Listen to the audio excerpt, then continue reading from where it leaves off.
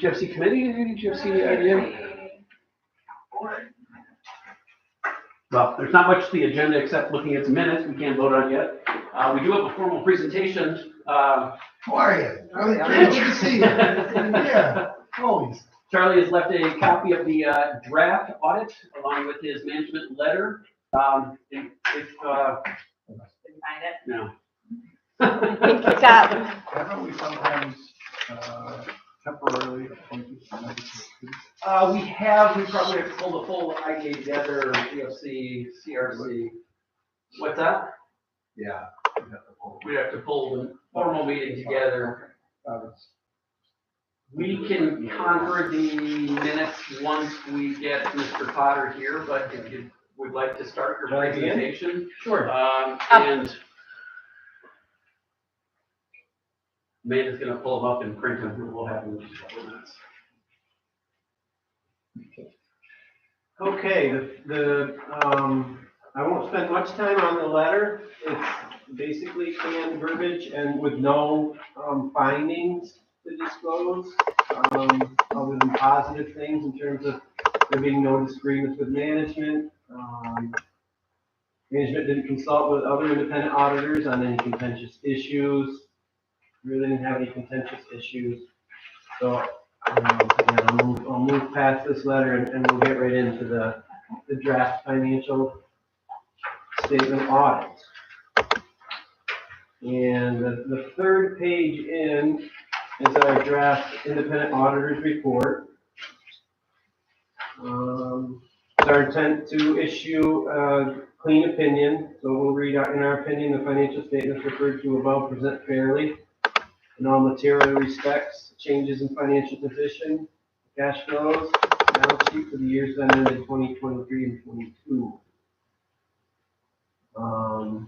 The only other things maybe I'll touch on in the independent auditor's report, next paragraph down, basis for opinion required to be independent of the agency.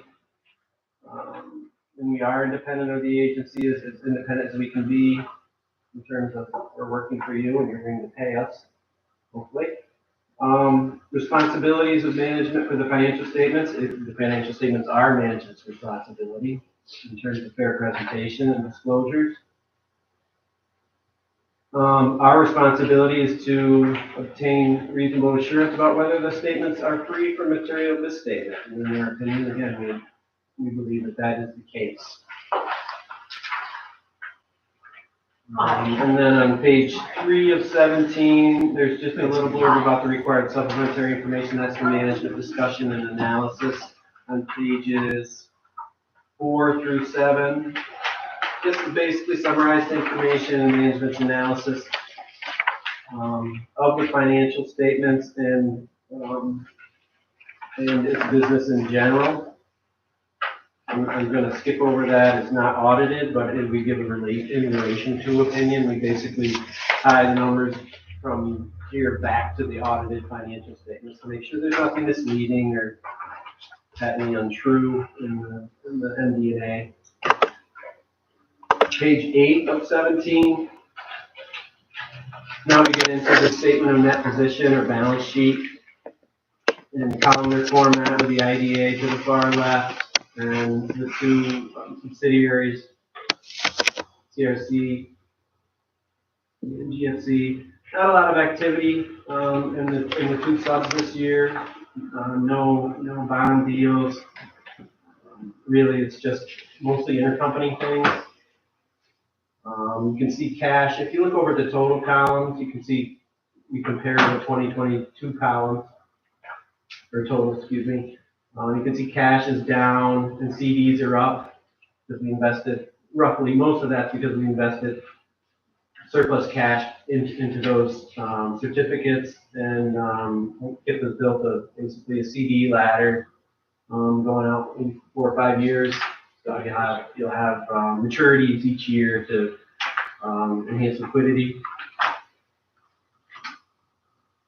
Capital assets, there was an addition in building and improvements, which you can see is the flooring. So we audited that by looking around. And I told Kip it's nice. The carpet, we didn't notice it. Right? They did a good job.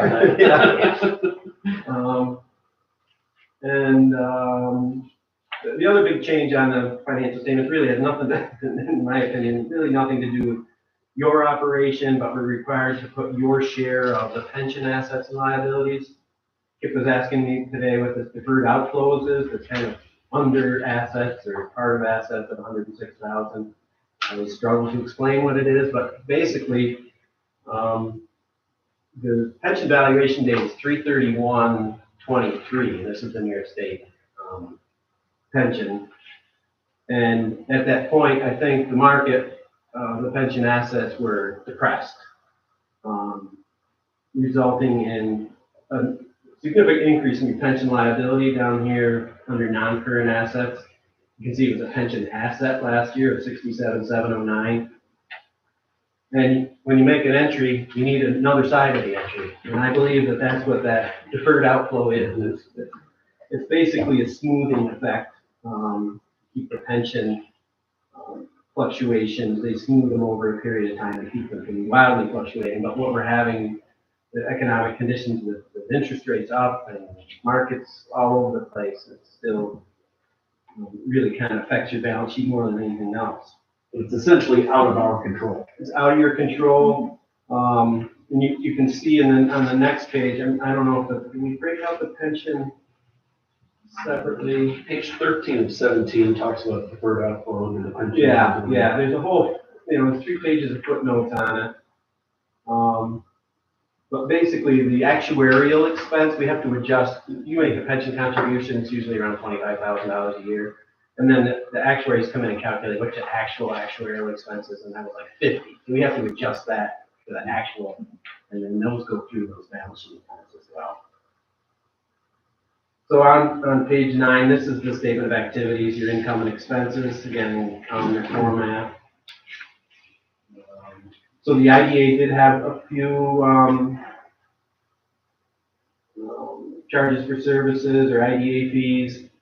There was, I think, 90-some thousand for the CAS project. I don't think the numbers were that high, but yes, we had Cats Barnes and CAS Barnes was Alliance 96, and Alliance, yeah, it was 94.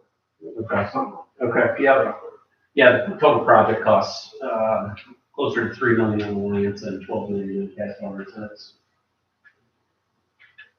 And then the rest of the income is comparable, if not identical to the prior year. I think the big thing to look at is down here on page 9, as we mentioned interest rates. You can see some significant interest income that are kind of supporting your operations. 54,000. That's what those CDs are worth at somewhere, most of them between 3 and 5%, I think. Mm-hmm.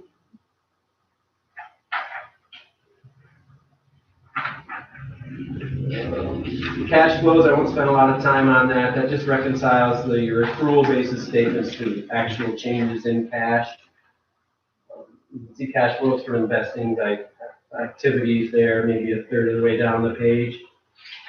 You can see the capital acquisition, that's new flooring, and then the CD purchases. And again, that kind of explains why cash went down and CDs went up. And now we're into the footnotes. There's no new disclosures or new accounting pronouncements adopted in the current year.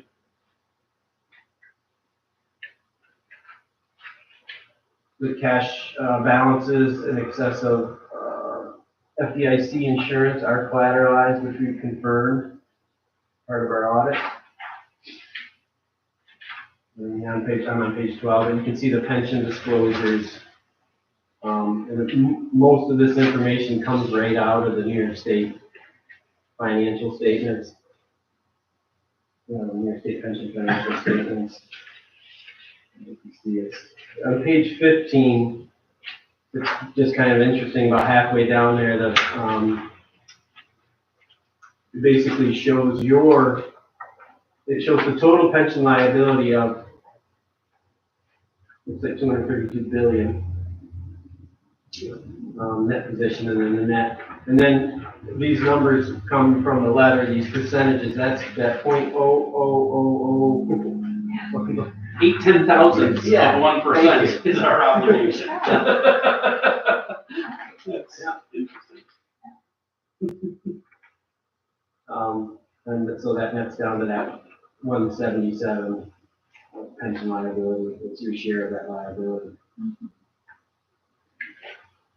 And then we were talking earlier a little bit about board designated net assets, and we haven't, at 56, I'm still on page 15, but at 56,811, I haven't reduced that for the 18,000 of capital additions, and it's an easy change to make if that's what we want to do. It makes sense that there's a building maintenance and upkeep and subsequent events. As far as we know, there's no events that happen subsequent to the year end. Kip and I discussed this a week or so ago that would affect the balance sheet and financial position as of 12/31/23. Assuming that's still the case. Still the case. Yeah. And then because we are a quasi-governmental unit, we audit under governmental auditing standards, and those standards require that we report on internal control and compliance. And again, this is a clean opinion. We had no findings, internal controls. We didn't notice any changes or didn't disclose, and we asked about any changes in internal controls. I think there was one change a few years ago due to the challenges of COVID in terms of getting 2 signers on checks, but Dropped it down to 1. After 17 years, I've earned the trust to fill it. It's kind of a pain for Amanda to drive to Mooresville or to Hamilton to get in. I think there's enough checks and balances. Invoices come in, they're opened and reviewed by Amanda, sent to me for review and get signed off, sent to Beth, who signs off and then cuts the checks that I countersign. and Kip has no general ledger bookkeeping duties or access as far as I'm concerned. As far as I know. That does all work. Yeah. Kip reviews the bank reconciliations, approves vouchers and expenditures. The board compares the actual to budget on an annual basis, and if there's strong board oversight, so we're happy with it. Perfect timing, Steve. Motion to accept.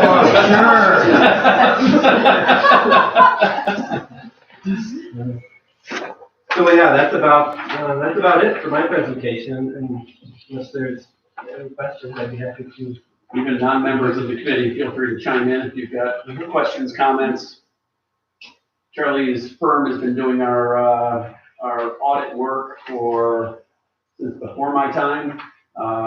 Within every 5-year period, they change their lead on our agency, so we're staying in compliance with what the office. We are, it's gonna be a challenge going forward, I feel like, because she's retiring, and the standards, she's the only other person in the office that keeps up with the governmental, continuing ed requirements, which is 80 hours a year. And then that's before you take any tax stuff, so it's gonna be a challenge for smaller firms to do government work in the future. But right now, she's agreed to stay on as a consultant, so she could still step in and maybe, I don't know how long it's going to continue. But Beth, as our CFO, has always said that just like lawyers who understand IDAs, they're few and far between, and not any CPA from down the street is going to be able to necessarily understand the requirements for a public benefit corporation. Right. So we've been fortunate to have you, and hopefully I appreciate it. Yeah, it's been a good relationship. Where are we in your 5-year rotation? She is the lead partner this year. So she reviewed all my, I basically acted as a staff. So I came in and did the field work. She signed the reports, and fills out all the PC documents. So we have 5 more years. Yeah, that's kind of why I did it, because I knew she was going to be gone. Yeah. But changing it 1 year and changing it back shouldn't be a problem if that's necessary. Questions, comments, thoughts on the? Okay. We vote to accept it and move it to the board? If the committee wants to make a recommendation to the full board, the board would need to accept the findings and the audit as presented. Okay. Charlie, thank you. You're welcome. Thanks, Charlie. You do have the minutes before you also. I'm going to give those a quick review. Which meeting? The joint IDA CRC GFC audit committee. And just you and John are officially members of the committee. Just like make a motion to accept the minutes. I'll second that. I'm in favor of you. Seconded, all in favor? Signify by saying aye. Welcome to adjourn. Wow, motion to adjourn. All right. So you did, discuss between yourselves about making a resolution to the Full board. Right. okay. Like clockwork. More to say. Yeah. All right, Mr. Bargos was unable to join us, and Mr. Rogers. So Ms. Moran is going to lead the show, and we're going to start things off with the GFC meeting whenever you'd like to. Okay, let's call the GFC board meeting to order. 3:25. And our first order of business is to approve our minutes from March 30th, 2023. Approval of the minutes. Thank you, Russ. Do we have a second? I'll second that. Second by John. Thanks. Any comments or questions? Corrections? Hearing none. All in favor of the acceptance of the minutes of March 30th, 2023, signify by saying aye. Aye. Opposed? Carried. Okay, thank you. Okay, financials. The only financial report is going to be the last page of these handouts, which is our investment report for 2023. We have $319,000, and we've got all of that money earning a 4.479% rate of return in CDs with Community Bank. Those are 13-month special CDs. We did break it down. We have a $100,000 and a $219,000 CD. If we do get a loan request out of the GFC's funds, we can cash in the one smaller. If we get multiple, we can cash in the bigger or both if needed. We'd love to lend the money out, but in the meantime, we're simply maximizing our rate of return. And you saw on our financial statements how we affected that trend, so. Given the 0.2% that we were earning in our checking account for Yeah. about a decade. Yeah. So good. Any questions on how we're managing that cash? Hearing none. Do you need a motion to accept the financial report? No, it's not necessary. Okay. All right, good. Maybe the investment report as presented, sure, that would be further down in the shares.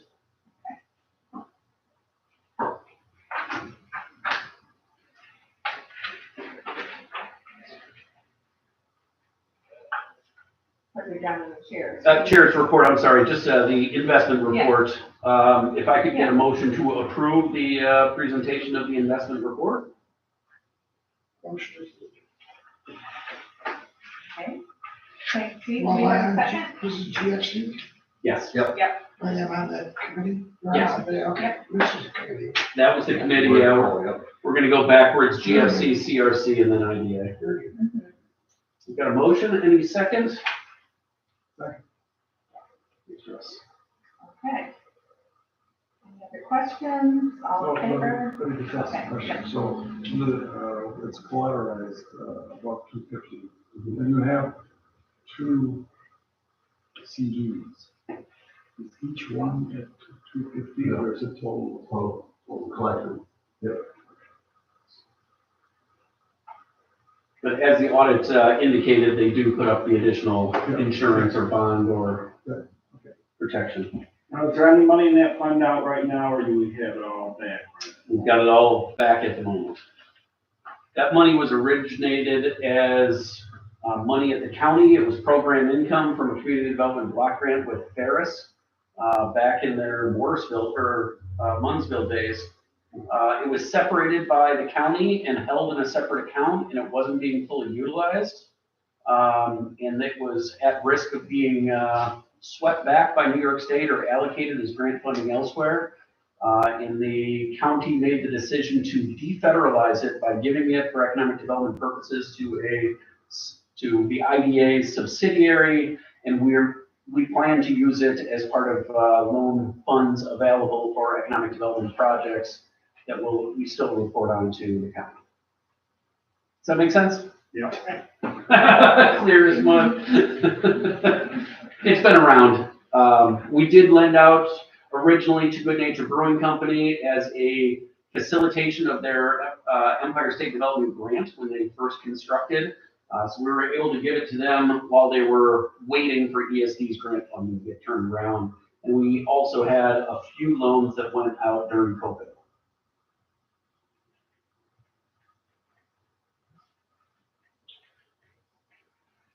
Okay, so we have a motion and a second, and any more discussion?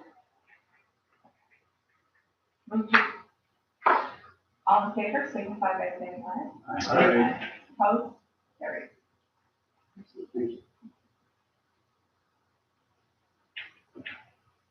Back to the chairman's report. Yep, update from committees. We'll start with the audit committee. For the audit? Sounds good. All right, we'll look for a formal motion to approve the recommendation of the audit committee, which is to accept the audit as presented by Gustafson. Thank you, Russ. Second. Steve? Comments, questions? All in favor, signify by saying, roll call? Or no? No, I don't think so. Not No. necessary. Okay, all in favor, signify by saying aye. Aye. Okay, that's Here, thank you. Thank you. Governance committee, You mind if I just chime in? would you? We held a governance committee, Liz, Dave Rogers, just the two out of three members. And we did review each of our policies. The IDA policies mirror the CRC policies and mirror the GFC policies. Just a rundown: code of ethics, gift and entertainment policy, investment, meeting, procurement policy, property disposition, real property acquisition, recapture, travel policy, uniform criteria for the evaluation of applications policy, uniform project benefit agreement, uniform tax exemption policy, and our whistleblower policy. There were two that we pointed out, and one is to simply step up to the times as far as what's allowed by public officer, the gift policy. It reads $50 per gift with a maximum of $250 per any single. We rarely receive gifts of anything, and usually it's a ceremonial type of nature at a ribbon cutting or something. It applies to both employees of and board members. The recommendation of the committee was to up that to $75. And then there was also the whistleblower policy. Going back about a decade, there was a recommendation in the whistleblower policy from Sam Lansafane, who suggested that since we're only 2 employees, if there were a harassment or other type of issue, that staff could come to any board member instead of going to the executive director of the agency to file a complaint. That was agreed upon at the time. I don't see it in writing. Chris was going to look into his files, and if he didn't find it, he said he could draft some language, another paragraph, which we've written in temporarily.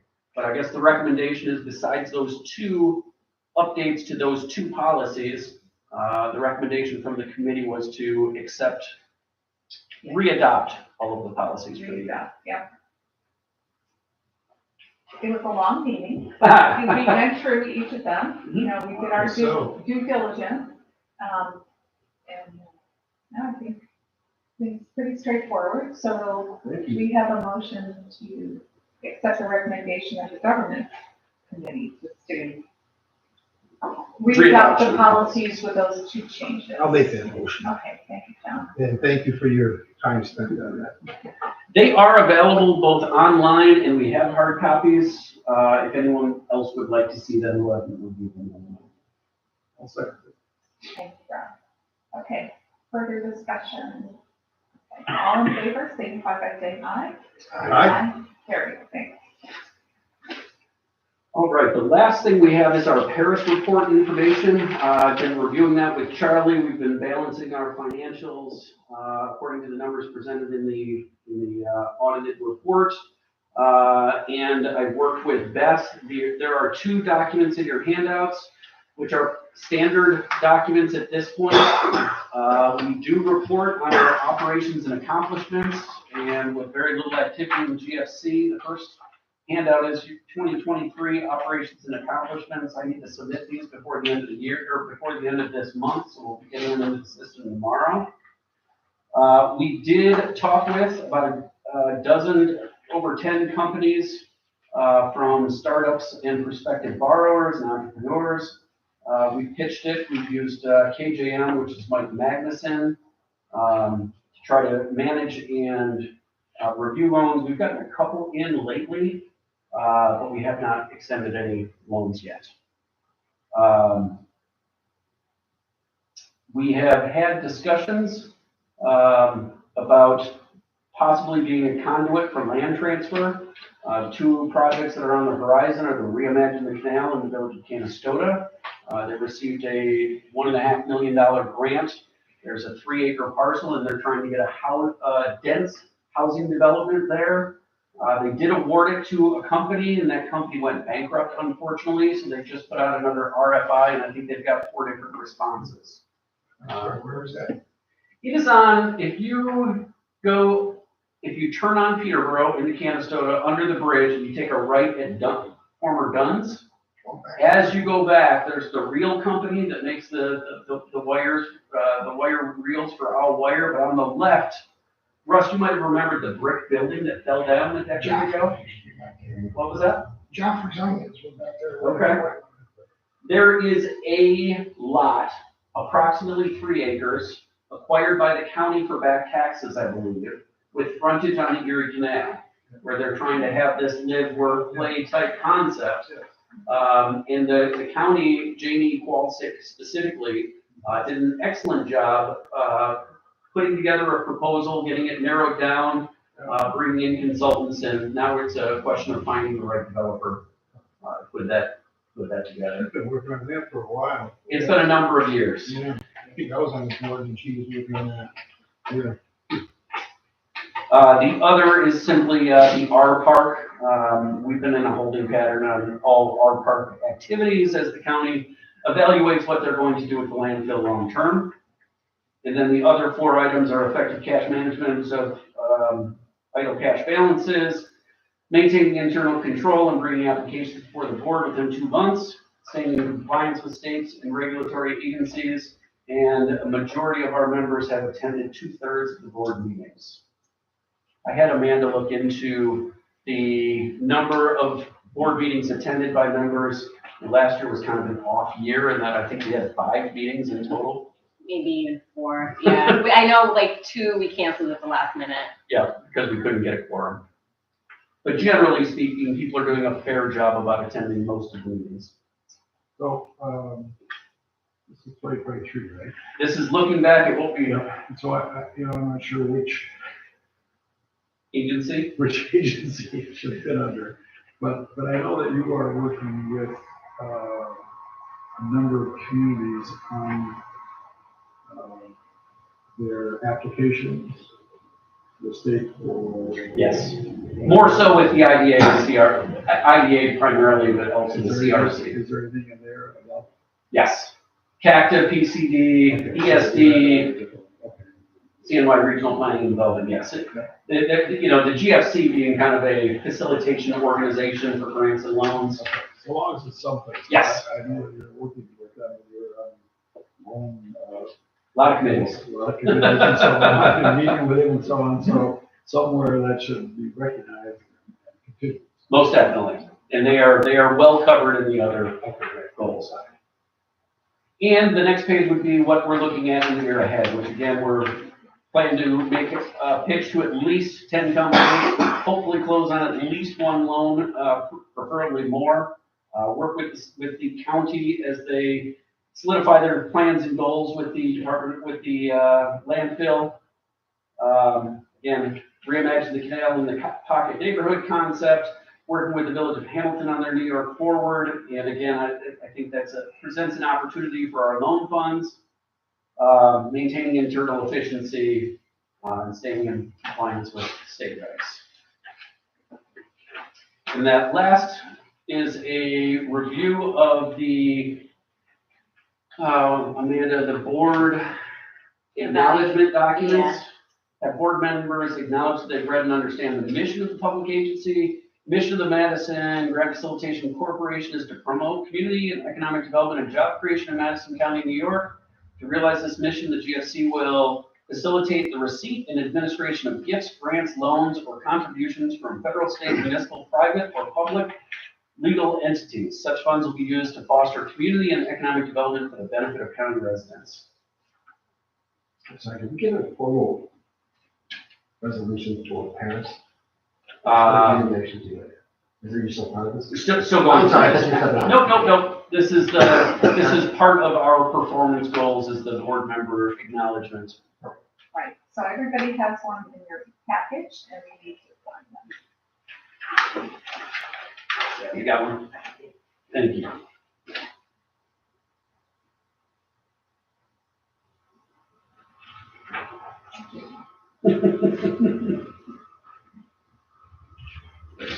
Any other questions, comments, suggestions on the goals set out for the year ahead, the accomplishments for the year behind? Do you need us to have a motion on the goals? I would like a motion to accept the performance report, the measurement report, the goals for the year ahead, and the blessing to submit the GFC's Paris report. As one motion or? I believe I can do it in one motion. Yeah, I'll make that. thank you, Rob. Who would like to second that? Say the motion again, now that was. A motion to approve the goals, the operations and accomplishments, and the performance goal for the year ahead, and authorization for me to submit the public authority reporting and information system, the Paris report, that goes to the Office of the State Comptroller and the Authority Budget Office. Okay, any questions on the resolution? Okay, so it's been moved and seconded. Do we need a roll call? I don't believe so. No. Okay, all in favor, signify by saying aye. Aye. Opposed? Here. So does this go on our website or does it go on the Paris website? It goes on the Paris website, which is easy enough to navigate. You could pull up just. It also goes on our website. Oh, it goes on our Please website. go on our website, yeah. Yes, they do. But the full Paris report, which they ask about board members and benefits and all of that, can be reached by any IDA or on any IDA throughout the state. Okay, I don't think we have any other business. So no further business for the GFC. Date of next meeting is to be determined, and we'll entertain a motion to adjourn. Do we have to sign this one too? There will be one that's for the CRC, so that'll be the next board meeting that we enter momentarily. The March meeting is ever so slightly painful in the fact that we've got a lot of this reporting work that's required. It's the annual extravaganza meeting. Well, I have a question about the ethics report for the. I didn't put down CRC. You just did the IDA? Yeah. Yeah, I think, What about the people? Can you put down the CRC? I just got, The one on the IDA. yeah, Okay, so you only put IDA, you didn't put the also, you don't remember the CRC board. The GFC would be a subsidiary of the IDA, and the CRC is a county nonprofit. I remember last year. yeah. It didn't get kicked back, so. I got it. Many It Many hasn't times. gotten kicked back yet, Many but times. maybe, I Not probably about sent it this. in like a month ago, though. No, Melissa felt. they kept finally taking this to. She's still there. Yeah, I got threatened with, you know, Turn it in. I appreciate Tina's roughness. I do. So, did we adjourn? Not yet, wait for a motion. Motion to adjourn? motion. Second. Second by John, okay. Carrie. Thank you. All right, next up, we are on the CRC. Yes. Signed board of acknowledgements. That was the CRC. CRC. Oh, yeah, I thought you were correct. No. Yeah, it is, now we are going Would to have the been passed. CRC meeting, okay? At 3:45, we're calling that to order. And our first order of business is to approve the minutes from September 21st. Approval of minutes. Thank you, Russ. Second. Second by Steve Potter, okay. Any comments on the minutes? Corrections? No? Okay, hearing none. All in favor for accepting, signify by saying aye. Aye. Okay, carry. Opposed, carry. All right. Review financial, okay. The balance sheet is your third handout, or third in the stack. We've got a checking account balance of $117,627. CDs that are laddered for $1,215,000, and then remaining balance in cash, part of our interest, round things out, giving us total assets of $1,334,106.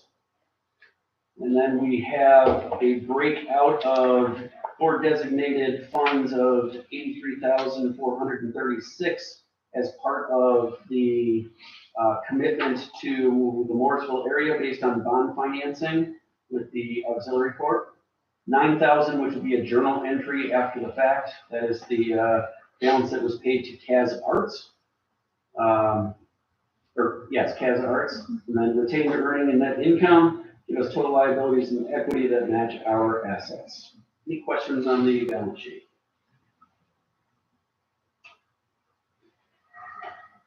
Hearing none, get an approval for the finance? Yes, who would like to move approval of the finances, the balance sheet for the CRC? So move. Dorothy, thank you. Second. Second by Russ. Okay. Thank you. Comments, questions? Okay, all in favor, signify by saying aye. Aye. Aye. Opposed, carried. Okay. Chairman. John, if you'd like to give a recommendation from the audit committee based on the audit for the CRC? I recommend that we adopt.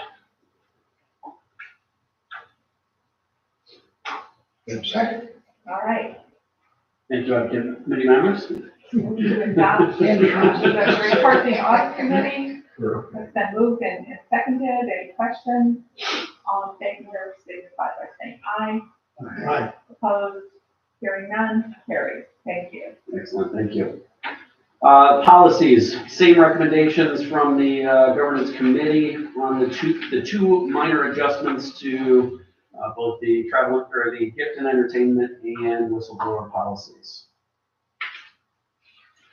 Okay. I don't know if you need to do that separately, probably. Probably. We did it last week, GFC. Yeah, we did. We So, did GFC separate.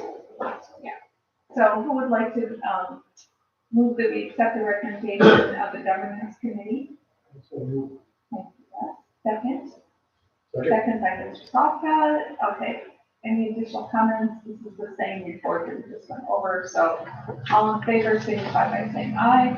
Aye. Thank you. Carried. All right, the next would be the 2023 operations and accomplishments. Let's first go through the mission statement for the Capital Resource Corporation.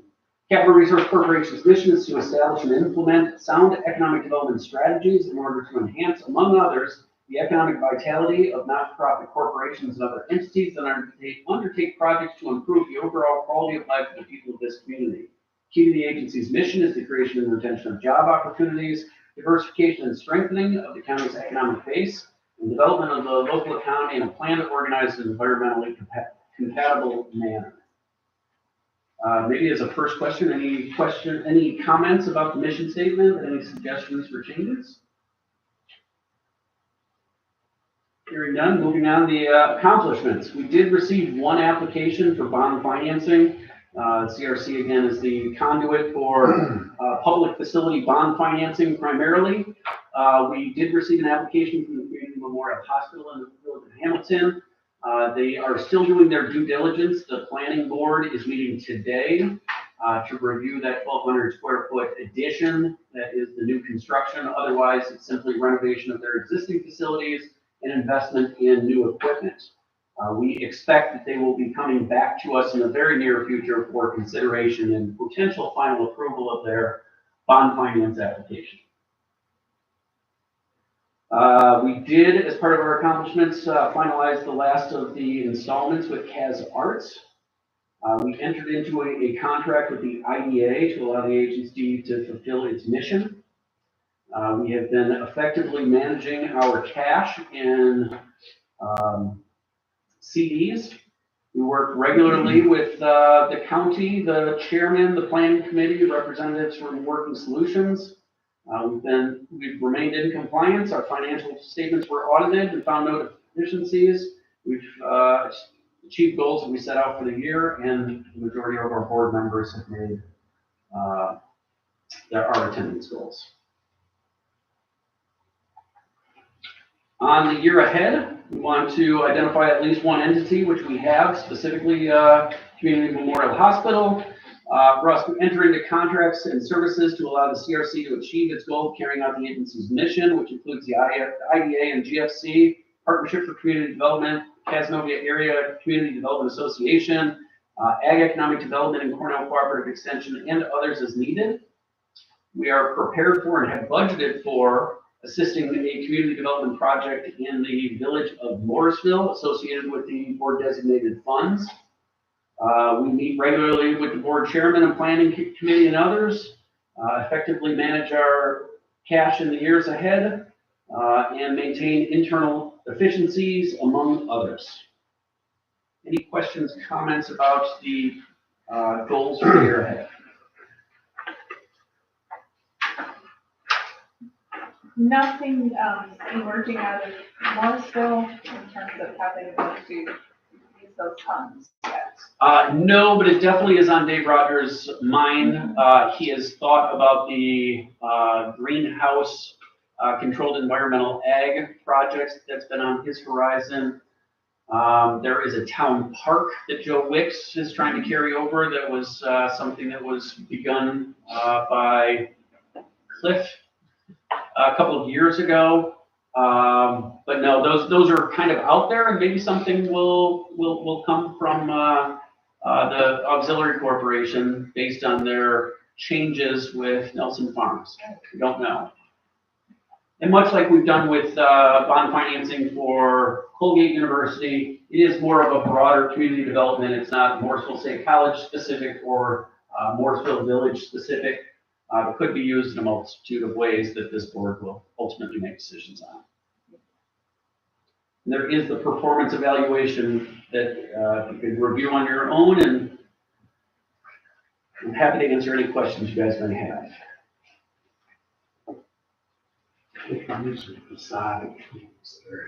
In downtown or? Yeah.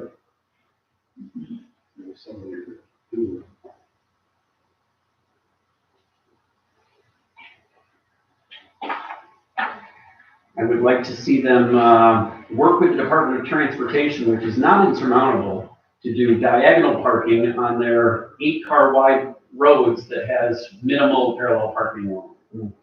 It could help to draw people to downtown to frequent the stores or restaurants, and I know everybody has always said, well, DOT makes those decisions. We can still work with Department of Yeah. Transportation. Right. A while back, I had talked with a person on the planning committee, or the planning department, about trying to do an analysis of that, and unfortunately, that staffer's not there anymore. But I think it's still worth exploring.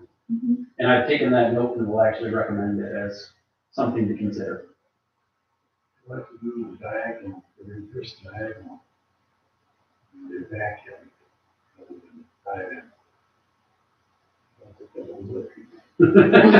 Like roundabouts, people figure them out. Yeah. We're all over the capital region, by the way. We're on there's roundabouts everywhere. Mhm. They work. And since this was part of the governance committee, I'll lastly just point out the investment report, the last page of these handouts. As Charlie mentioned, we do ladder them. It's not a straight ladder, but we were trying to take the bulk of our funds and put it in the 5-year term, because at that time, the rate of return was excellent at 3.1%. But you can see the breakdown. So as part of the approvals, I would also ask for your approval on the investment report. You can answer any questions. Okay, well, this is great, that's very thorough. So do we have a motion to approve the operations and accomplishments and plans for next year, as well as the investment report for the CRC? Motion to accept all that. Thank you, and seconded. Okay, all in favor signify by saying aye. Aye. Thank you very much. Thank Yeah. you. And next you have to sign your attestation. Thank you so much.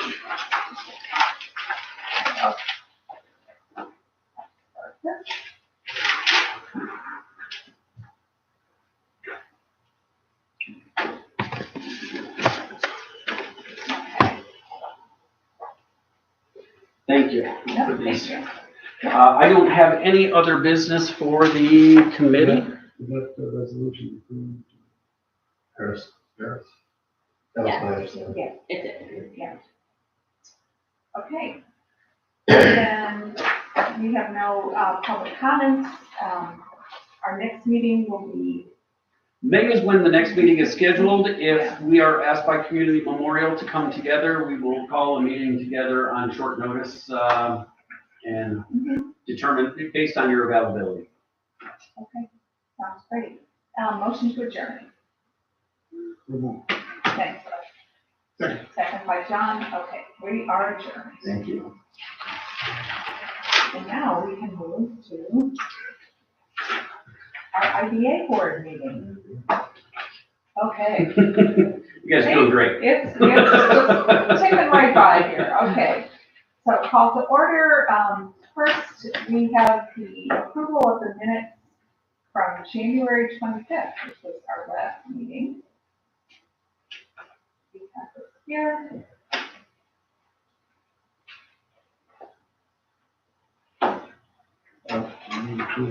Okay, thank you. Moved by Russ.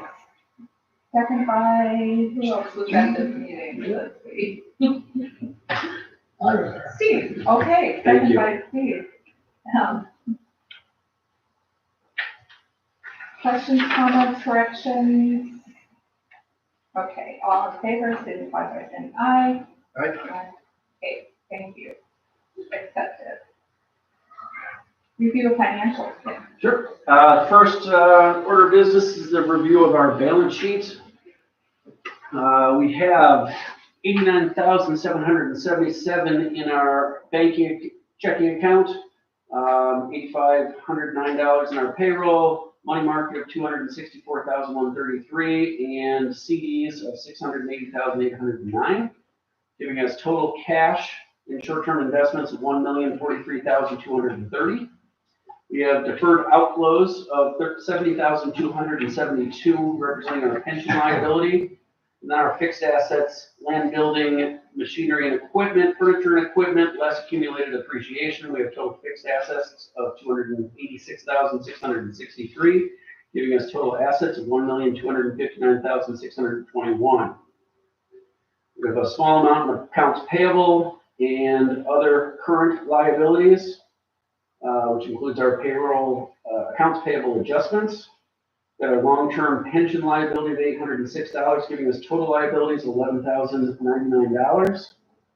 Equity side, we have unrestricted funds on the second page, $882,672, for designated building maintenance funds of $56,811, and we will see a journal entry to account for the carpeting in 2023.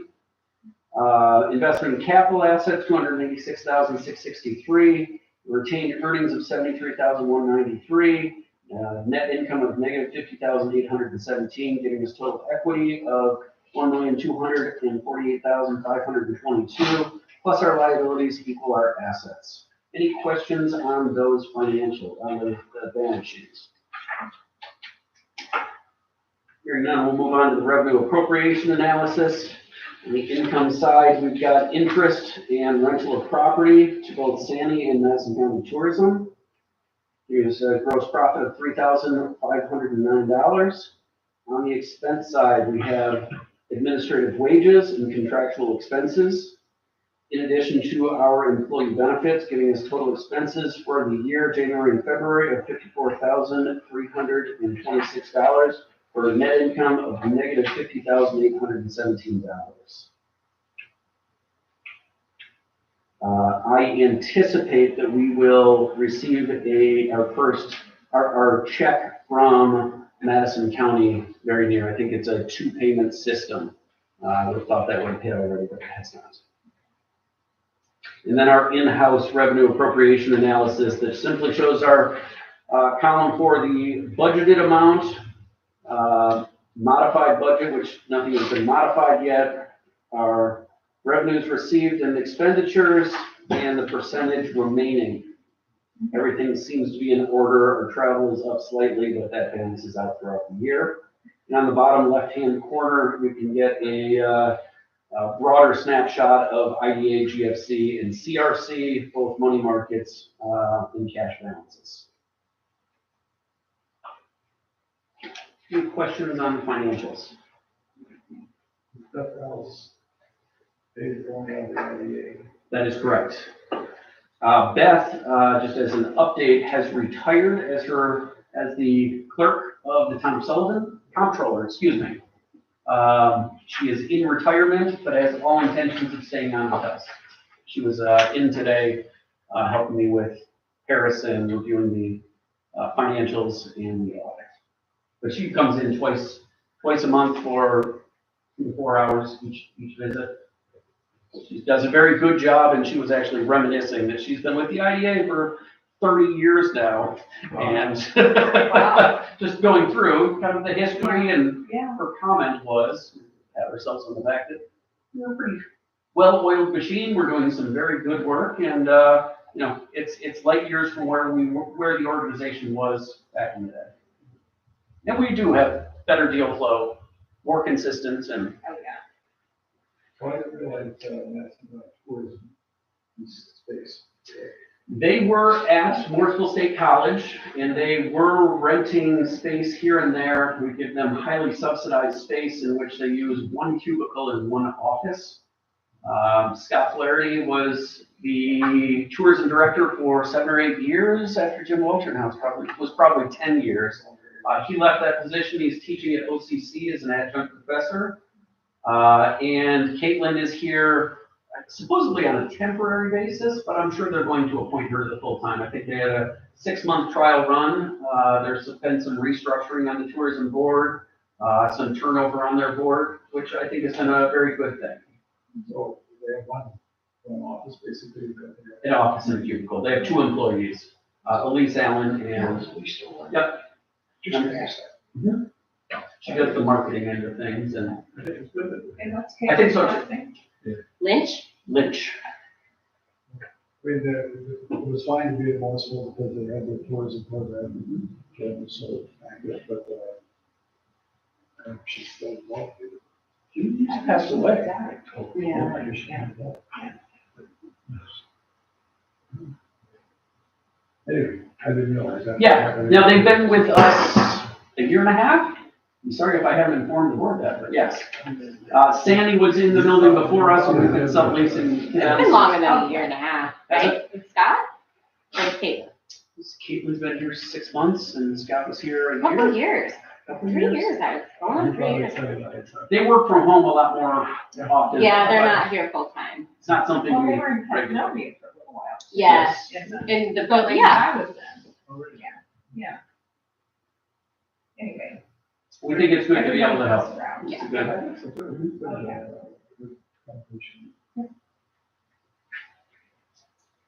Okay. Didn't get approval on the Any other- financials, Yeah, but any other questions or discussion on the financials?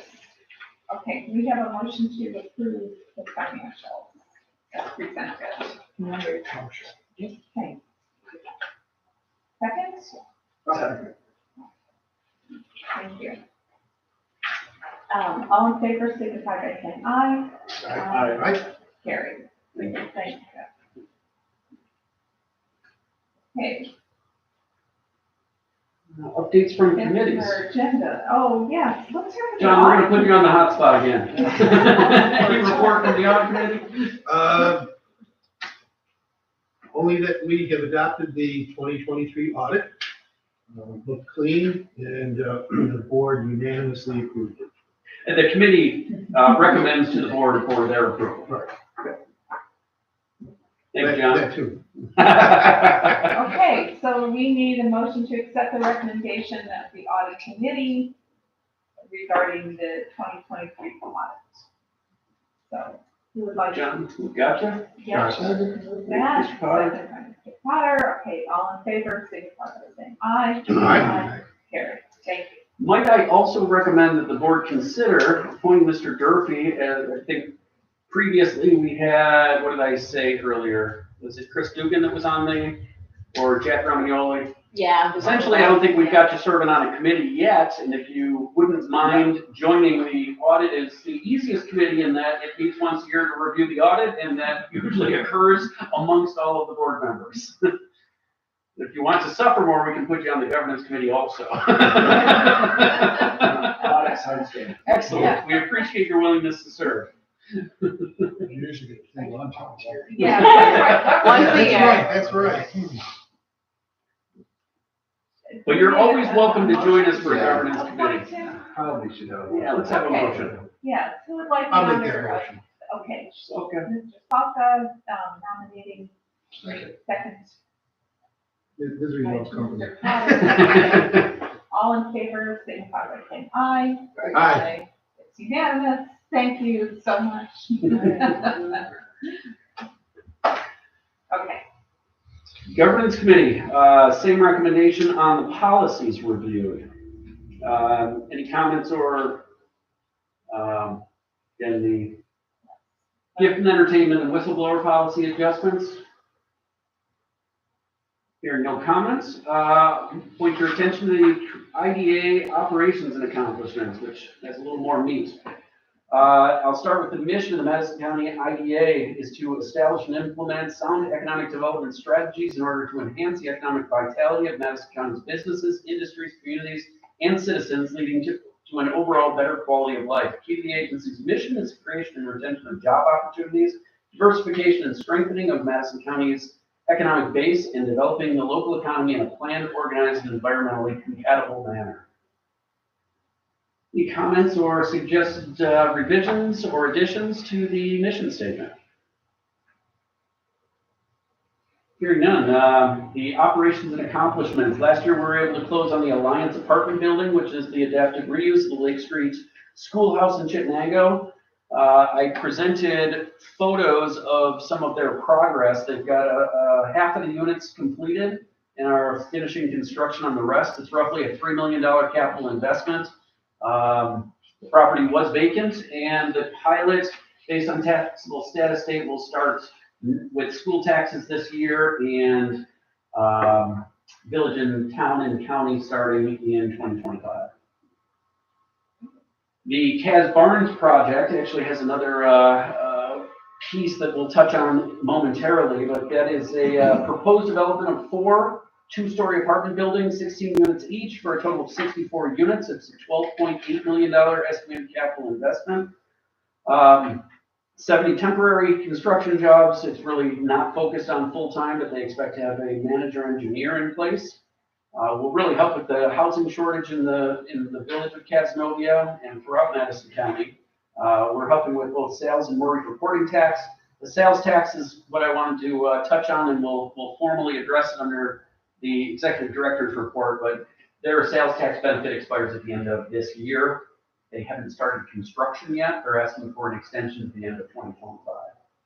So, Where is that located? the Hampton Inn, just down the hill. West of the, on 20, yeah. East. Trying to get my Oh, bearing, you're correct. yeah. It's south of 20 and Yeah. left-hand side, okay? Behind the dental office, kind of. Nelson Street. No, I don't know. There's not even a number, it's just Nelson Street. This isn't Dennis Grove. Yeah. Yep, it's his project. So, I thought it was east of that. I thought it was east Now, of as you're climbing the hill and you hit the Hampton, I it's already did that. further down the hill. Behind it. He's got the pads poured. They're gonna be beautiful. We had at the time some renderings of what they will look like. Similar to Barnes, very nice addition with phase 2, which we are not being asked for anything on the pilot project, being retail focused. But there are, some planned stores and other additions that will come to that development. Otherwise, we helped work with the town of Nelson on a community development block grant for plastic company just down the road here, Merlin, which was the former Thermal. Lennox, thank you.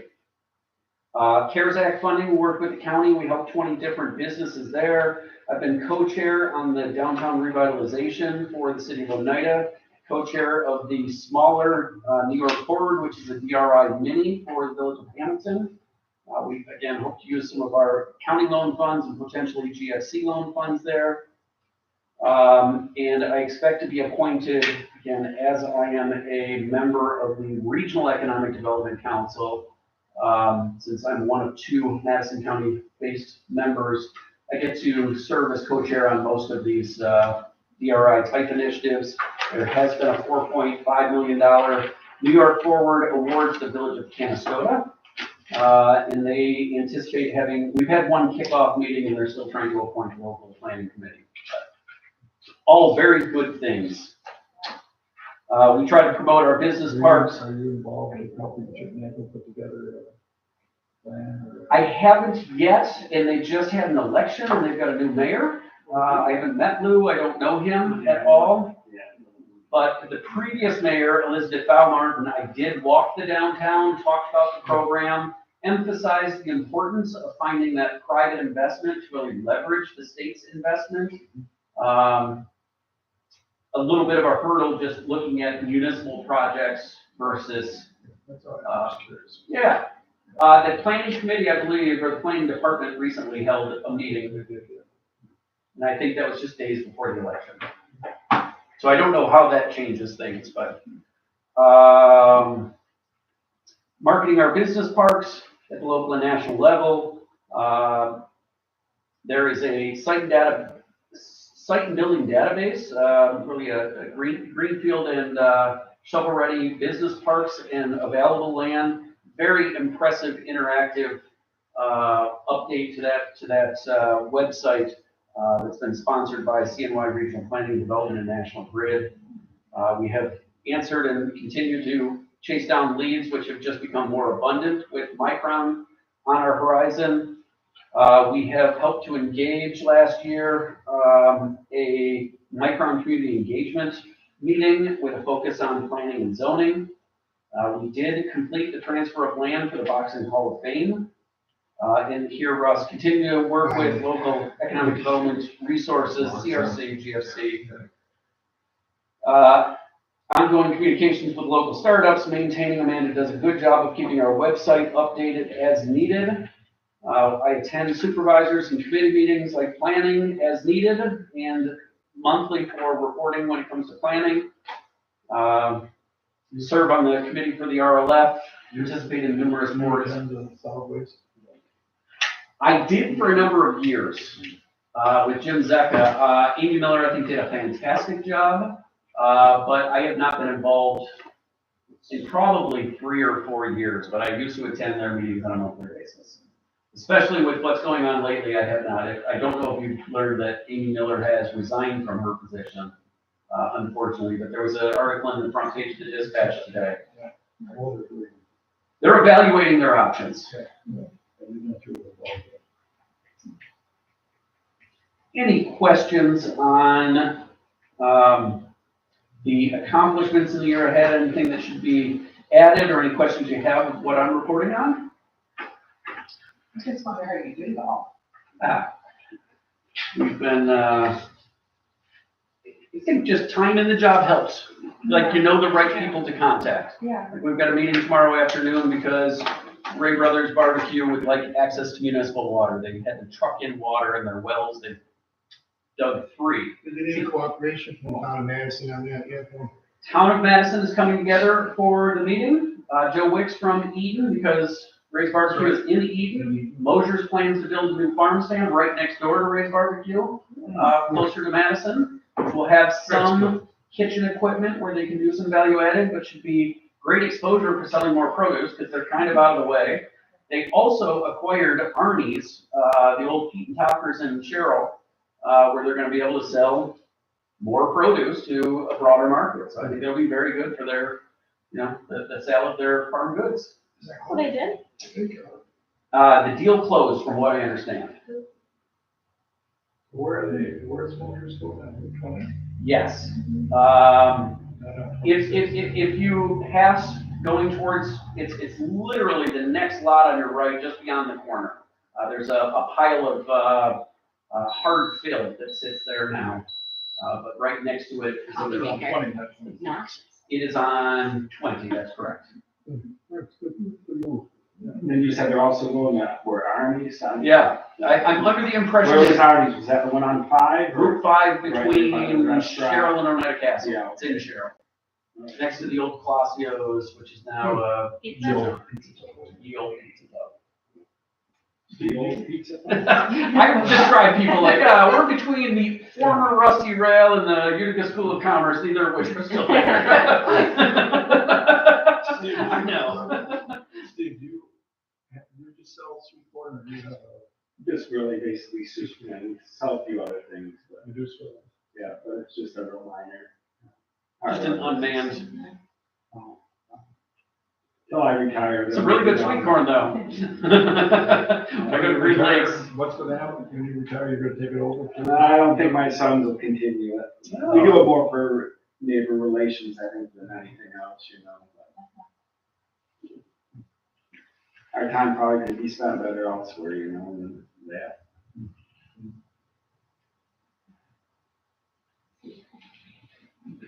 The community appreciates your sweet corn. Okay, the next is our our performance measure for the year ahead. Is to help 2 to 3 businesses to garner at least a $14 million new capital investment in the creation of up to 20 new or more full-time jobs. At one time, I was taking the average of previous years, and 14 seems to be a bit of a sweet spot. It's arbitrary, though. Seems like a good number. Something in mind already. No, but we do have an application to consider later in the agenda.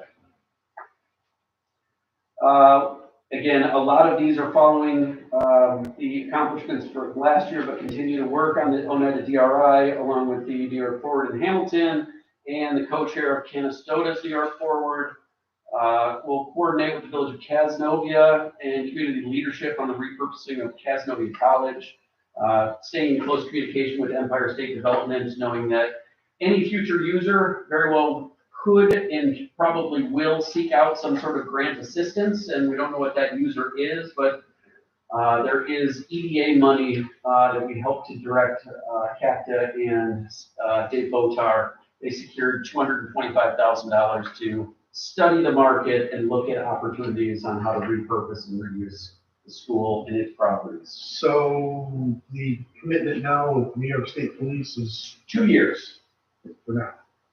Gives them a shoulder period to hopefully find a buyer. I'm under the impression that there have been several offers, probably mostly lowball offers. As we know, the bonds due and the magic number that the owners are probably looking for is close to $25,000, $25 million was the value of the bonds that were not repaid. How's Kaz, the state police? They go It's, out to it's dinner? been fairly smooth. No, well, the trainees are restricted to campus. Well, they can't go out. They can't go out.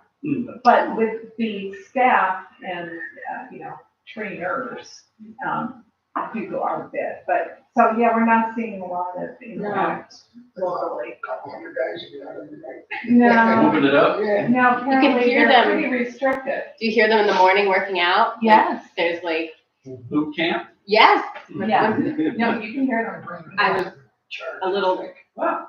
what is that? But sometimes the track team would do stuff like that, but someone was like, no, do you hear them in the morning? You do. Yeah. Cool. Yeah. How many are there? The class started at, what did we hear, 140, and then they dropped down, they lost, a certain percentage. So, is that right? Or? I'm not sure of the numbers. I Yeah. would have guessed 200, but Yeah, maybe they went down to 100. the numbers that stick in my head is Cass College had 200 employees and had a $50 million economic impact on the community. And that's something they're trying to replicate with the next user of the property. And then, of course, there's everybody, they all come on Sunday night and leave on Friday. So there's like this little window of, where did all this traffic come from? Oh. I didn't realize it was like a dormitory situation. Yeah, they're residential. Yeah. It still smells like cafeteria food when you walk by. Yeah. Just going on from my list of performance measurements and goals for the year ahead, work with local, regional, and state agencies, pursue community development block grant opportunities, maximize opportunities for business parks and underutilized properties, maintain our website, attend appropriate county committee meetings, RLF, CNY Regional Planning and Development, Red Sea, and continue to work with our partners. Any questions, comments, suggestions, Do you have additions? any insights into the Marquardt situation? I mean, if they're losing 100 plus of their staff. 180 manufacturing jobs. Yeah. How many? They're going to be retaining 60, so we'll assume they had 240 in total, which is down substantially. At their peak, I think they were at they needed to reach the goal of 600 jobs when they were receiving grants from ESD. What insight I do have is that it was a corporate decision. It wasn't because of underperformance of of the Casanova facility. They simply, based on supplies and labor costs, and they're moving things to Mexico. Not all of their production, but a lot of their manufacturing. But what's interesting is we helped to secure in 2022 a community development block grant to help Pelco move their manufacturing from Mexico to the Casanova location, and they added 35 new jobs. So I don't know what's going to happen. They did recently partner with Drone Hub, might be the name of the company, but it's a business that has been incubated through the Genius New York program at the Tech Garden in Syracuse. So they've got a partnership there. I know they were pursuing the UAS industry, and it might be an area for growth for them in the future. It might open up opportunities. They have 110,000 square feet of production and office space. Their engineers will stay a very small amount of production, but it still opens up a pretty good chunk of their property. Is this the only airport in the US? No, they've got a location in Detroit that's specific for the automotive industry. This is their USA headquarters. Chinese electric vehicles. Germany. Dr. Mark works in Germany. I'm sorry? Chinese electric vehicles we manufacture in Mexico.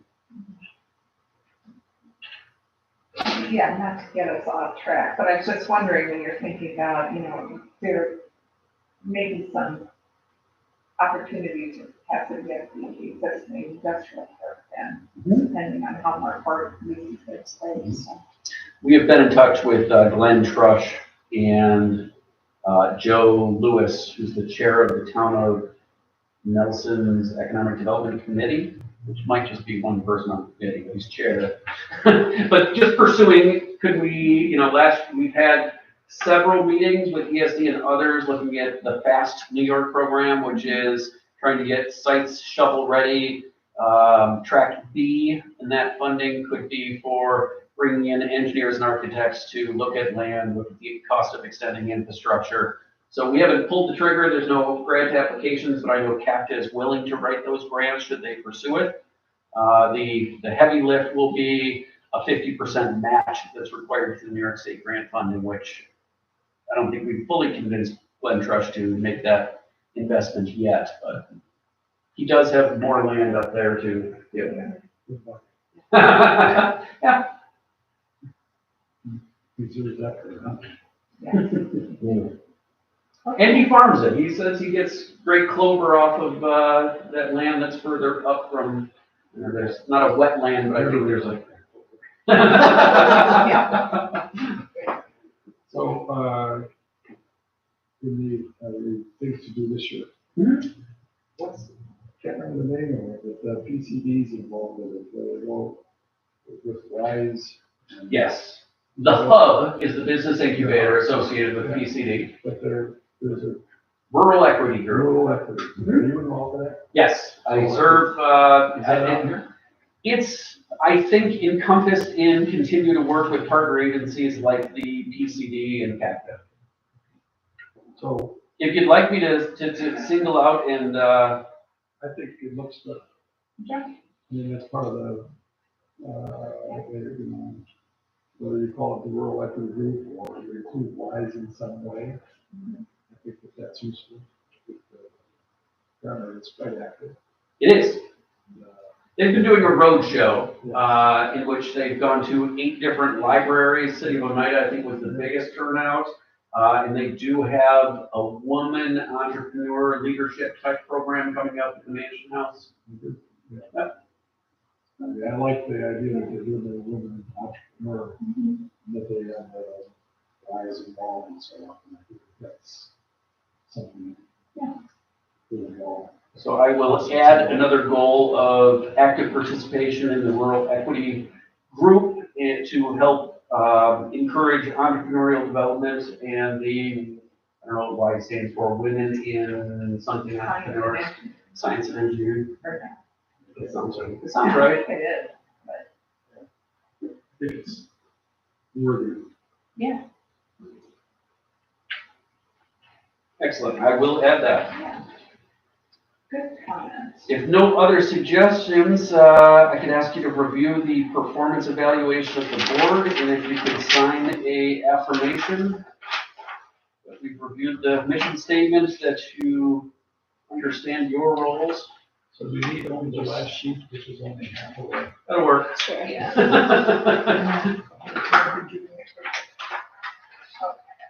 Thank you, thank you. And then I'll lastly point your attention to the investment report as the last component of the governance committee. The IDA has one CD with Community Bank. It's a special 23-month for 3.25% rate of return. And we've got enough in our cash money market and anticipated financial assistance from the county and the CRC. Any questions on the investment report? I move approval of investment report. Could I get you to approve the policies, accomplishments for 2023, goals for 2024, Paris approval, and the investment report? Yes. Thank you, Russ. Okay, second. I'll second it. Second by Mr. Fonka, thank you. All in favor, signify by saying aye. Aye. Okay, carried. Excellent. Thank you all very much. I'm pretty impressed where you go list all the accomplishments and goals and all. It's that standard of IDAs, the way you're doing everything. I just, think it's pretty impressive to look back at what you did and then set the goals. I wish we did that for our business, instead of, goals, survive another year. I will defer to Chris to see if we're like most other IDAs. I would say that KIP is on more committees and is much more involved in the community and getting things done than certain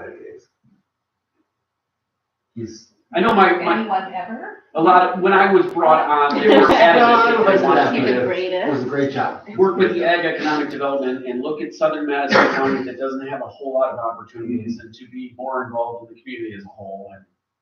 And we're doing a lot of that, and even that report is probably a third of what I'm doing. I'm actively involved with projects or recommendations or referrals or other things that we just don't touch on. Bojo beans in Hamilton, for example, is one that we're looking at zoning and we're talking with code enforcement and we're talking with the mayors and we're talking with the village legal counsel and trying to figure out opportunities. Sometimes they're dead ends, sometimes they work, but generally speaking, I'm reporting on the things that directly affect or impact, the tax breaks that we can provide as a public benefit corporation. All right, that was a lot of Most of it's administrative slow development, so you're able to, because it moves so slowly, you're able to take on different things in between those events. Yeah, but they also feed on each other. They do. So you gain so much knowledge, I think, with all these conversations. and you build relationships, and that I definitely don't. Besides the IDA stuff, there's not anything that's something that we're not participating with others who are helping get things done. All right, as under the executive director's report, we do have a request. I think that's your next handout from Kaz Barnes. As I explained earlier, they would like to extend their sales tax abatement. The agency did approve only sales and mortgage reporting tax benefits for this project. It does not have a long-term pilot associated with it. And I think it would be my recommendation to grant the request. It's minor, and they've had some setbacks with COVID and others. Okay, thanks, Russ.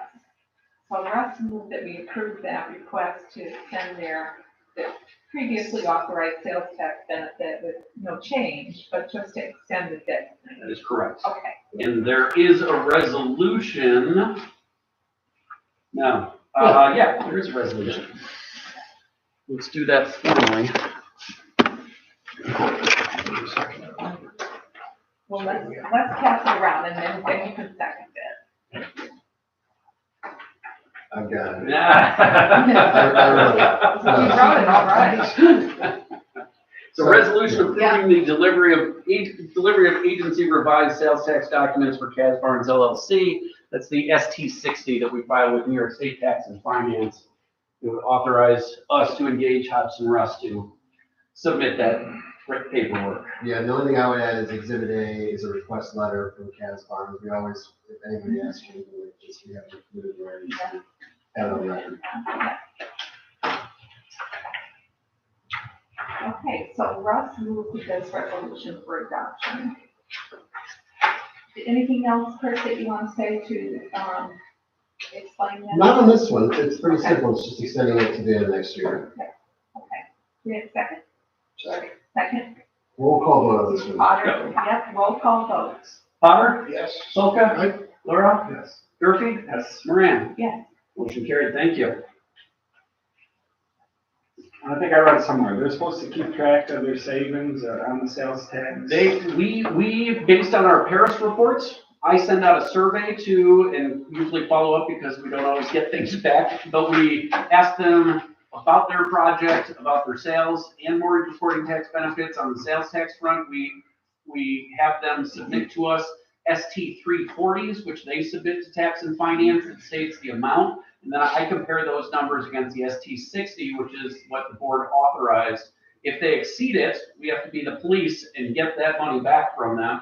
If, like Kaz Barnes, they come to us and say, it hasn't expired yet, we haven't taken full advantage of and used what was authorized, maybe we get an extension. So yes, and even on the employment front, we request the NY 45 to prove that what they're telling us their employment levels are and payroll amounts. So I think we do the checks and balances and follow up. And The other thing is, let's say we gave them $500,000 in sales tax exemption, that's what they're saving.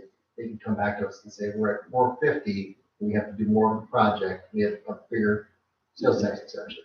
Now, if it's a certain amount, we have to do the public hearing, but as long as they come back to us, we can also increase that. So this is just extending the date, but if they came back to us, we could also increase the exemption amount that we can receive. And we've run into these scenarios before, All Seasonings Ingredients, when they were pursuing the expansion into new construction projects at the Oneida Business Park. They came to us and said, we have cost overruns, we still need to pave, can we get an extension? And we granted it. And on the flip side, Dutchland Plastics, at least through 120 Barlow Street LLC, exceeded their sales tax benefit, and we had to claw back those because they exceeded it without asking for an additional extension. Yeah, and that's unfortunately, that's common when they don't keep track of their sales tax amount. We've had recently, I've had some other IDA plans that have gone over hundreds of thousands of dollars that they now have to send to us, the IDA, and then remit it to the state. So. Well, we try to stay on top of that and really pay attention when their deadline's coming up, when their benefit is soon to expire. Next item of business, we did do a roll call. We have received an application for assistance on Albany Street Holdings LLC, which is 99 Albany Street in Cazenovia. It is a proposal by Michael Silverberg to construct a 40,000 square foot city block, essentially the old Napa building. A couple of older buildings on that property. The plan is to construct 40,000 square feet, 25 apartment units, 7,500 square feet of commercial space, and invest, off the top of my head without looking at the application, 13 point something million, 13 million? 25, I believe, but again, I'm going from memory. Does it say 30? 30. Yep, thank you. Makes me wonder if I reported that appropriately to planning yesterday. What's before us is the application, though. There are some renderings that you're welcome to pass around. There are in the back of the application, I think, some photographs of the existing condition of the property and the buildings that are on it now. Is this all new building, tear down what's there? Oh, yeah. Yeah, you can, I'm sure, picture it. The garages and, yeah, they're potentially going to do parking underneath. And 3 stories up, and again, I think those renderings are the latest and greatest from just last week. They've been going back and forth. This was part of a grant application to ESD through the Restore New York. They secured $2 million. And this is, the keystone project for the redevelopment of downtown Cazenovia. They've applied to the DRI and New York Forward programs for a couple of years. This is really substantial and hopefully will kickstart. Michael Silverberg is a very accomplished real estate investor, manages a lot of commercial and residential properties in Chicago and elsewhere, and also within the village of Cazenovia. He is a resident. Yeah. Well, that's 4 stories. 2 stories. Oh, that's counting the underground garage. I'm under the impression that it's going to, and again, I see that here too. We can get clarification on that and what the village planning board is doing with their site plan review. their proposal was for 4, and the village has limits on 3. It's gonna do a step back similar to what Hamilton is trying to do so that it doesn't change the streetscape view, from the sidewalk. Do we know approximate percentage is, talking local homes? Who's going to be retail? 7,500 square feet is potentially commercial or retail. Right, so just to step back for a second, what's before you today is just to hold a public hearing, and we'll move that forward. But just for your radar, so generally IDAs aren't allowed to provide benefits for retail projects unless, if it's more than 1/3 of the total project cost. So square footage doesn't matter here, it's 1/3 of the project cost is for the retail space on the first floor, then you have to fit into an exception to do retail in an IDA, okay? And so there's 2 buckets of exceptions. One is it's in an economically distressed area, census tract, which I'm gonna guess this is not gonna happen because of. The second is it provide a service that's not reasonably accessible except for this project? And that's where you get into, well, it's retail, there's lots of retail space there's retail space in Castle. You can get over that hump by having the project applicant provide a study saying this is really key for economics, we need this space for community benefits, commercial, Okay, so that's the first one. Or you can get, which is more realistic, is some type of letter from the mayor, from the board, and whatever the municipality, saying this is key, it's a cornerstone that they're done. Which And we're we're not, not, wait, sorry. go ahead. But then we're not done. If we fit into one of those buckets, then the county board of supervisors will need to bless this before you provide financial assistance. Now, maybe I'm saying all this and it's not gonna be more than 1/3 of the total project cost. But there are hoops you need to jump through for it, so it's not a layup. Full legal disclosure. Is that the same groups as, Rebecca and Ida, or was that an economic distress zone? My guess is it was. That was all apartments, there was no retail, that was all apartments. Oh, then, yeah. We look at how housing, if it's strictly housing, we do that, and Judge Craig had different ideas years ago, but we've now come to the conclusion that a housing project, it's a commercial, it's authorized under the ID statute. The retail component, right, it's a layup when it's in an economic distress area, you check the box and move on. So, Do we not have a policy against market rate housing? We don't have a policy against. We don't have a policy that says that they have to do something for. I don't believe Have we not only improved sales tax like we did for gas lines? No, Alliance and Hardin were both ones, Those were special, but I think I brought it up with them as well. adaptive reuse and Yes. workforce housing. Yes. They was addressing both of those. Yes. Boot and suspenders, we did get a letter from both of their chief executive officers, the mayors, indicating that this is, in the Oneida case, the loss of housing with the flats, and to help local industry.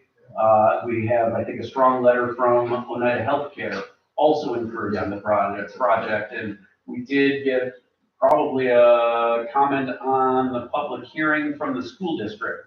Once again, encouraging us to incentivize that underutilized. None of this would be low income housing, right? This is just straight market. Okay. And every idea is different about this. Many of our IDA clients have found comfortable with market housing, market rate housing, as well as low income housing. So, but I don't believe it's So specific. we don't have anything in our investment policy about housing. I don't think you do. We're gonna double check I can that. check. The only component here for us to consider is a resolution calling for a public hearing, but we will make it a point to, It's not that I'm against it. Yep. Or that we can't figure out some way to make it work, but, I was Kaz Barnes, I say, Right, why them and not? why them, not us? Yeah. the strongest argument we can have is our incentive necessary to make your project go? In the Hardin Plaza project, they were taking a vacant property on railroad streets in a very I agree. hard one to do, and also Lake Street, most recently for Alliance, and a property that had been sitting vacant for 10, 15 years. Has barns, again, We don't have to go there. Yeah, I'm gonna say that. they asked us if it was reasonable, and I said if we could justify it, but generally speaking, when it comes to housing, we try to provide what's necessary to get the project moving. I think we've got examples, Myers Creek Brewing Company, where they asked us for a longer-term pilot to deviate. We, in the end, deviated, but shortened the pilot life because that was what we thought was necessary to get the project done. This is going to be expensive new construction. The acquisition of the land was pretty substantial. It's something that the community has been trying to remedy, how they can redevelop that site. Yeah, what you're hinting at, what you're alluding to is the but-for test, and would they have done this project without IDA? That's, they need to, that's part of the application, they need to say, we wouldn't do this project for this. Yeah, I know they mentioned something in there, something about out of state, but he says, yes. There's a way for justification for you. Sorry, but We will check our policies on anything related to housing. And I have talked. Each time we do a housing, you do have discussion. Yep, How for sure. investment policy. And we've taken it both ways. So we're looking at Madison Marketplace. We've asked them to do a full market study to determine if they were going to be bringing in goods and services that aren't easily found within our region. And we've also on other projects like Alliance and Hardin and others that we've got letters from their chief elected. So again, whatever this board would like to see, we can. So let's review that policy, for sure. Most definitely. I can't imagine Casanova would not write a good letter to say that we want this. Oh, yeah, there's a lot of support for this. Sure. Amanda, would you make sure that we report back on that? Both in the interim, once we have the answers, also to the rest of the board. Bless you. I know they changed the zoning because commercial was gonna go down the street, but The backside. yeah, they don't allow housing on the first floor on a commercial structure. They changed it to improve that. So, Which instead of the house that is going to be facing it, you're not seeing neon lights and people coming and going from bar or restaurant all day, all night.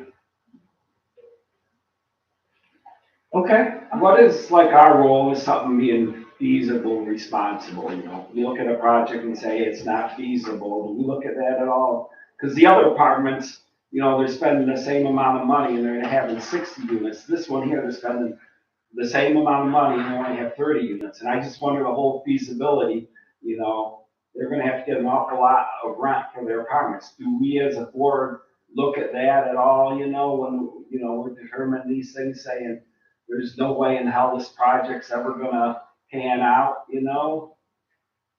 As much of that due diligence that we can, we try to. But we don't have a hard and fast. no, it's a great question.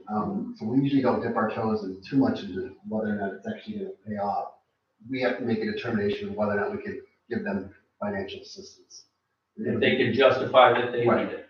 If they say, if we know they're gonna build it anyways, and they don't pass the but-for test, I'm not saying for this project, then we can say, we're not gonna provide financial assistance. So that's kind of the line that we have to protect, whether or not we provide financial assistance.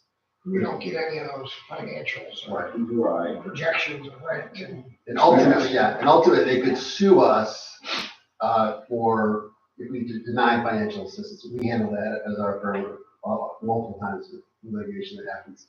And the test is, and I've said this to you all 1,000 times, sorry.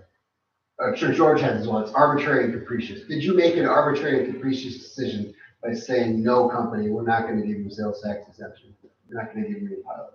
So that's kind of it's broad enough that if you have a discussion, reasonably think about it, and you come to the conclusion and say no. But in terms of whether or not these apartments are too big, too fancy, generally the board doesn't get into it. Although the amount of money they're spending enters into the question about whether they need our assistance. There you go. And the more expensive the project, the more they need. And there's a lot of, I think, other circumstances that kind of play into this, and that is that all of New York State is deficient on the amount of housing available, and the amount of housing stock that might open up. If, aging people want to lose the responsibility of plowing and mowing and doing the things that are necessary with ownership. So this, high density type project in downtown, it's good for the community, and I'm sure we can get that type of letter of support. We will for our files. Yeah. Workforce housing, et cetera. Accessible, aging place. And my friend Christie said, we haven't built this, I'm on So has there been a lot of discussion in Casanova? There's no newspapers anymore. Not the Cass Republican is, maybe the best newspaper in the county. We have a really good reporter, she goes to all the meetings, she's an excellent writer, Kate Hill, she's a real asset, but. So I keep the pulse of gas. There's a little bit of concern about, it doesn't look old like the rest of Main Street, but, the architects have been, I think, very respectful to, well, there's some ideas. And you have a design review committee on the plan. And You have design. Yeah. Is it brick? Yes. Is it brick or a combination? I can't tell you. It would look good with some of the recycled Hotel and Ida blue tile. Any ideas to bring those, drive those to cabs? I don't have that detail yet.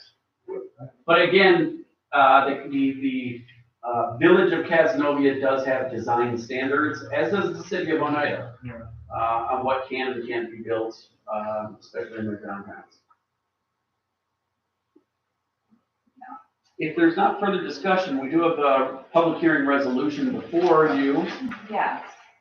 Again, this is a resolution authorizing the executive director of Madison County IDA to hold a public hearing regarding a proposed project to be undertaken for the benefit of Albany Street Holding LLC.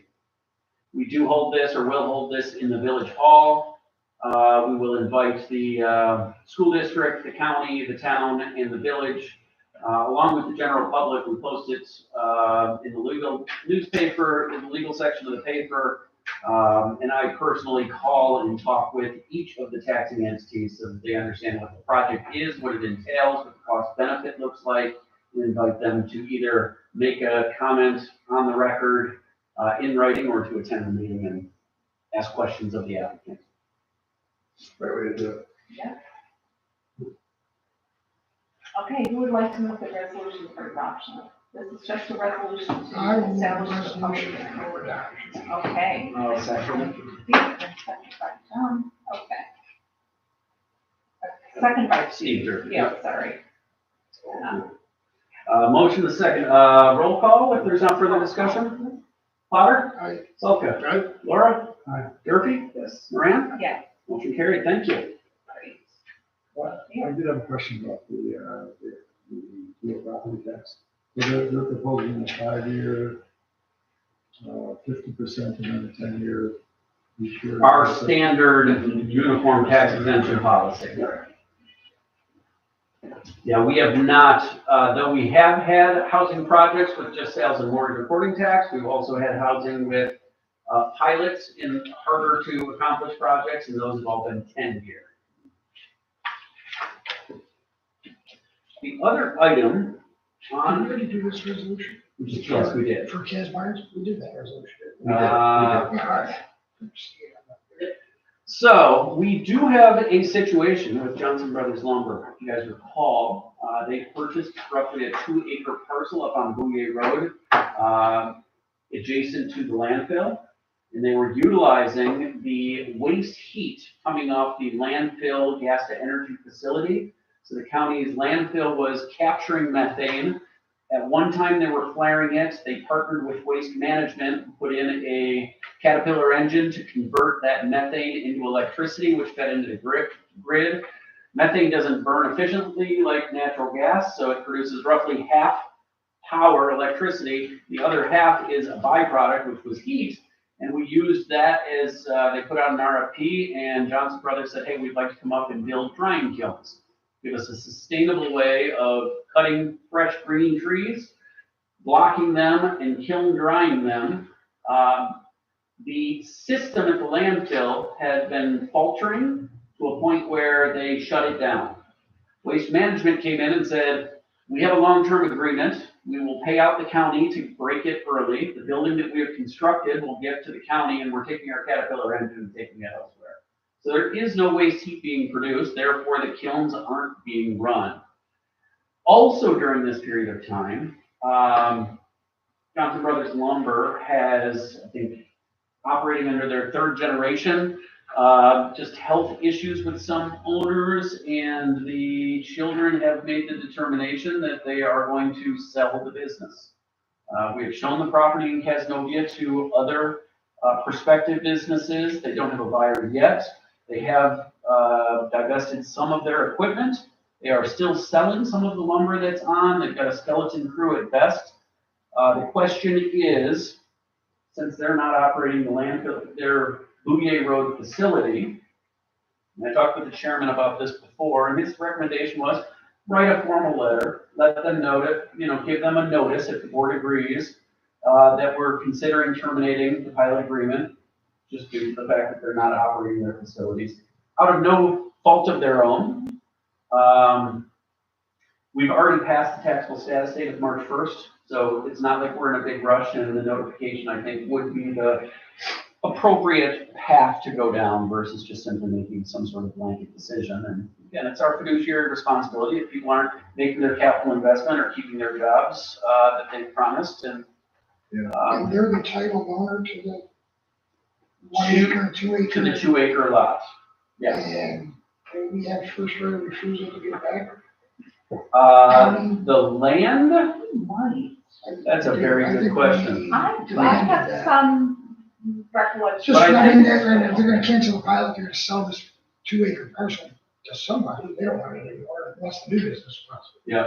Yeah. I think that's why I hung up with it. So they've stopped. I want to say, Remember to call what sticks in my head, and again, this is going back nearly 10 years now, I thought the county retained the first right of refusal, or that there was a reversion clause, that if a company purchased land and they didn't build upon it, that the county could pull back that property if they aren't doing, similar to business parks, that they aren't looking to sell subsidized, lower cost land to someone who wants to sit on it, speculate it, and sell it for a large profit.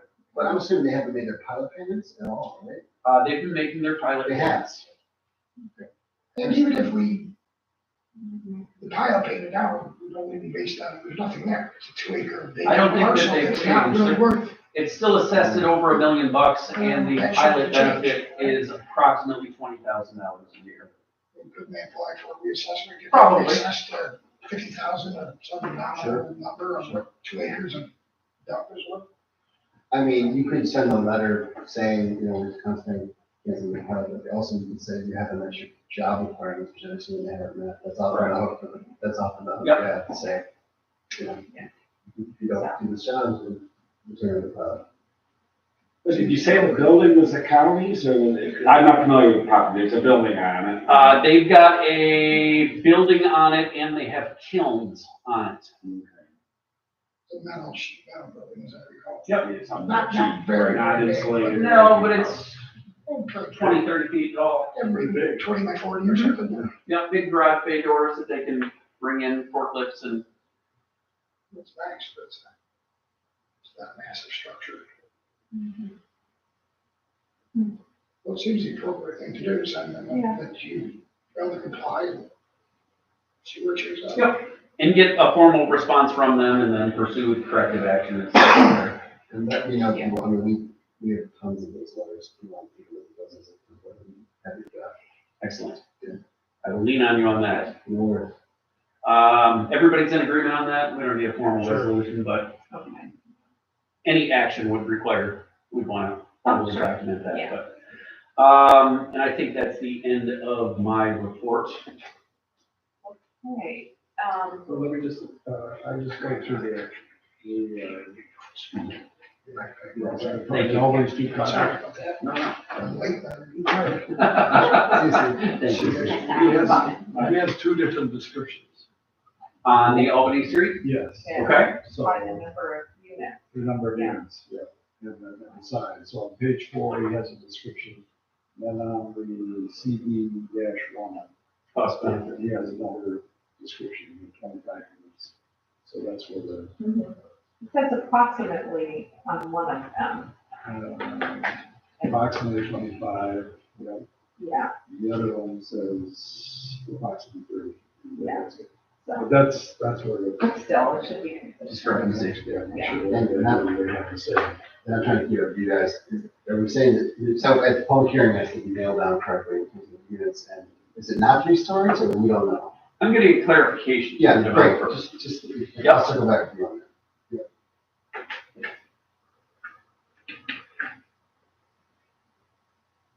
Okay, so we've done our 2 resolutions.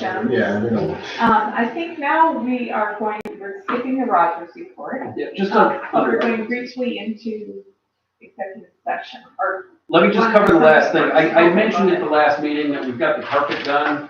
Other investments that are on our horizon is to get the interior painted.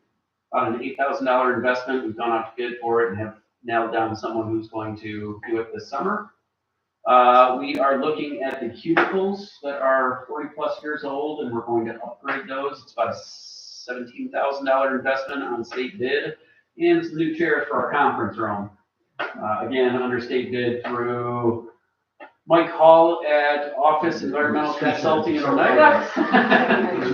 It's time. I know. So again, we've got the building maintenance and other funds, and we've got plenty of reserves, and we've done very little. We did external painting a couple of years ago. The roof's still in good shape, just part of, Good.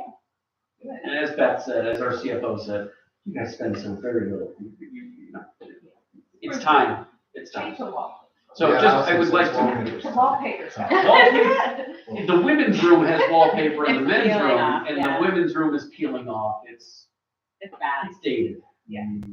We're going with paint. In a very bland color that's similar to our carpet. Or will match.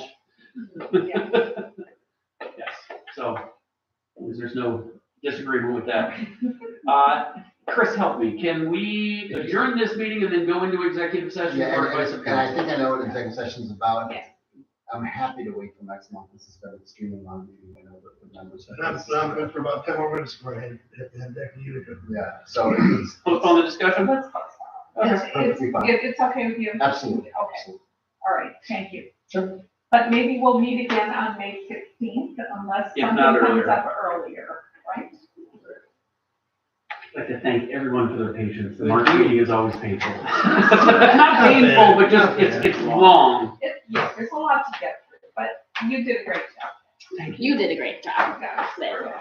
Amanda, behind the scenes, deals with all of the paperwork and juggling things and. God All bless. right, so Greatly move to appreciate adjourn then? Yeah, motion to adjourn. 4:59. Thank you. Yes. Second, Yeah. okay. And we're done. Or turn this off. It's plugged in. I know. Oh, yeah. Just end of the meeting. Yeah, good thinking. End of stream.